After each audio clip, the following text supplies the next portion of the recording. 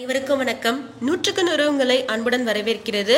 ஆசிரியர் காலி பணியிடங்களுக்கான எண்ணிக்கை கணிசமாக உயர்ந்திருக்கிறது. இது குறித்த தகவலை இந்த பதிவின் மூலம் தெரிந்து கொள்வோம். வாருங்கள். 6 முதல் 8ஆம் வகுப்பு வரை குறைந்தபட்சம் 175 மாணவர்கள் கொண்டுள்ள பள்ளிகள் மற்றும் 6 முதல் 8ஆம் வகுப்பில் தலா 35 மாணவர்களை கொண்டுள்ள பள்ளிகள் ஆகிய 2 நிபந்தனைகளையும் பூர்த்தி செய்துள்ள 66 பள்ளிகளுக்கு தேவைப்படும் 330 பணியிடங்களுக்குள் ஏற்கனவே தோற்றுவிக்கப்பட்டுள்ள 216 பணியிடங்களை தவிர்த்து மீதமுள்ள 114 பட்டதாரி ஆசிரியர் பணியிடங்களை தேவை அடிப்படையில் நிரப்பப்படாமல் உள்ள பாடவாரியாக தோற்றுவிக்கப்பட்ட தொடக்க கல்வி இயக்குநருக்கு அனுமதி அளித்து அரசு ஆணையிடுகிறது.